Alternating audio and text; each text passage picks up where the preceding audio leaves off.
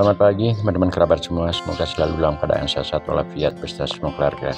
Berjumpa kembali dengan konten yang saya berbagi pengalaman hari ini adalah berolahraga dengan menggunakan media di rumah yang sangat sederhana dengan durasi waktu pendek di usia-usia lanjut. Seperti saya sekarang sudah 62 tahun dan sering menggunakan atau metode pola yang saya pakai berolahraga untuk mengencangkan otot-otot ataupun mengelastiskan otot-otot seperti baru bangun pagi. Biasanya otot-otot seusia saya 62 tahun ini agak sedikit pegal-pegal, baik di jari-jari, di siku, di lutut, termasuk juga jari-jari tangan yang saya keparkan atau paparkan kali ini. Biasanya di siku-siku ini cukup ini, karena semakin tahun usia kita semakin bertambah.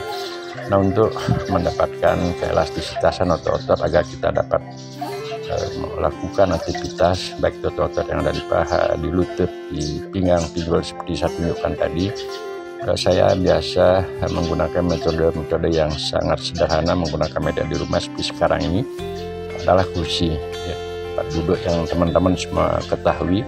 Saya gunakan sandaran kursi di kiri kanan tersebut, yang manfaatnya saya rasakan atau dapatkan adalah ketika memegang atau mengepalkan tangan pada saat di sekarang ini, otomatis tenaga kita salurkan sedikit dengan pegangan tersebut, sehingga otot-otot yang ada di tangan kanan yang saya tunjukkan sekarang ini paling tidak dia akan memasakkan diri untuk bereaksi atau berinteraksi dengan otot-otot yang lainnya. Nah, jadi ada bedanya di antara sebelum memegang dan sesudah memegang. Seperti inilah dia aktivitas yang saya gunakan dengan cara seperti ini. Sekali saya angkat dengan 100 kali, mungkin berhenti sebentar, dan selanjutnya melakukan gerakan yang kedua. Nah, seperti ini.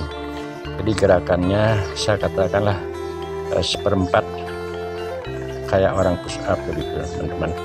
Jadi tidak sepenuhnya saya turun ke bawah, tetapi seperempat saja. Yang kita rasakan di saat memegang ini adalah otot-otot pada tangan kanan, bahu, dan juga dada. Jadi gerakannya saya lambatkan ke sekarang ini. Jadi otomatis kita akan terasa otot-otot pada bahu, pada dada kanan kiri, dan termasuk juga di otot-otot tangan. Nah, untuk membalancing nanti untuk gerakan kedua, saya akan gunakan gerakan jongkok bangun juga, yang istilah saya adalah seperempat.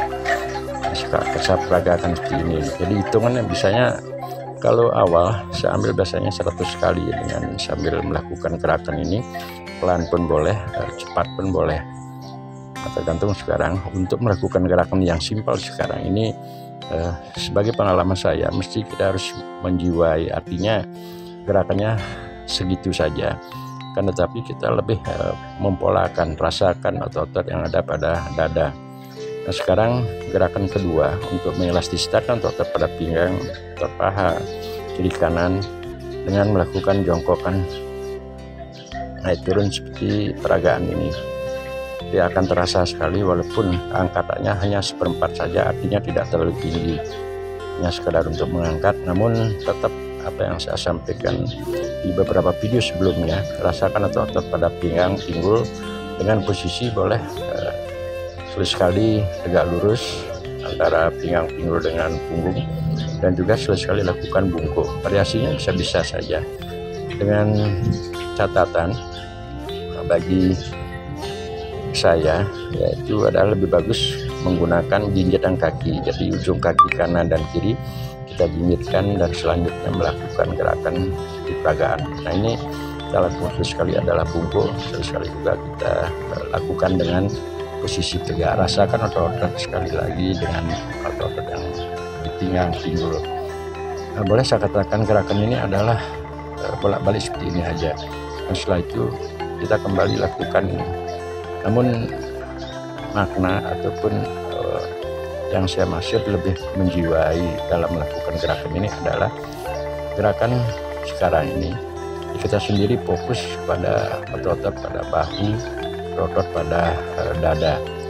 Jadi silakan variasinya, apakah ditambahkan bungkuan sedikit ataupun lebih lurus, itu kita yang mengatur. Jadi polanya hanya melakukan gerakan simpel dengan menggunakan media kursi seperti ini.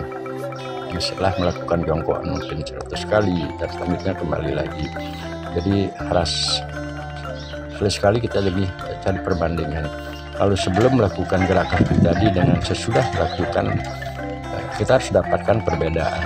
Dan harapan saya sendiri perbedaannya adalah di saat atau setelah melakukan gerakan tersebut yang sangat simpel, mudah dan praktis, media yang juga tidak terlalu sulit, itu kita harus tarik kesimpulan positifnya, artinya rasanya enak ataupun ada perubahan itulah. Nah itulah yang saya maksud untuk memotivasi berolahraga di usia lanjut dengan teknik ataupun tata cara yang simpel, menggunakan media di rumah, waktu yang sangat singkat dan suatu waktu sambil duduk dan kita kembali mungkin membaca WA di HP sambil minum kopi, dan juga sekali taruh HP tersebut kita kembali lakukan gerakan tadi karena tidak terlalu sulit lah. Nah, ini saya taruh kamera di bawah, teman-teman dapat diperhatikan otot-otot pada dada, lakukan antara dada kanan dan kiri, termasuk juga bahu kanan kiri atau otot dengan kanan dan kiri. Memang gerakan pola seperti ini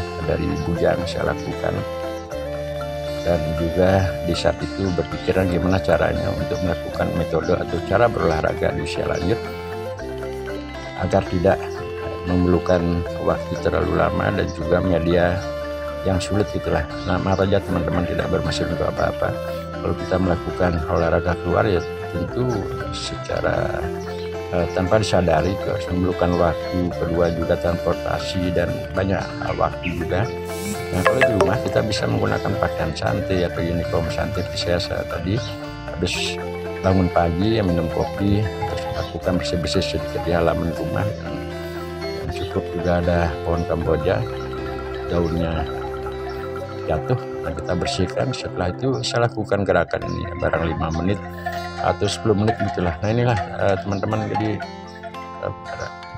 berbeda atau terasa beda sekali kalau saya sebelum dan sesudah melakukan gerakan, hanya sesimpel apa yang saya sampaikan tadi. Nah semoga lah teman-teman dapat mengambil manfaatnya. Terima kasih, sampai berjumpa di lain hari.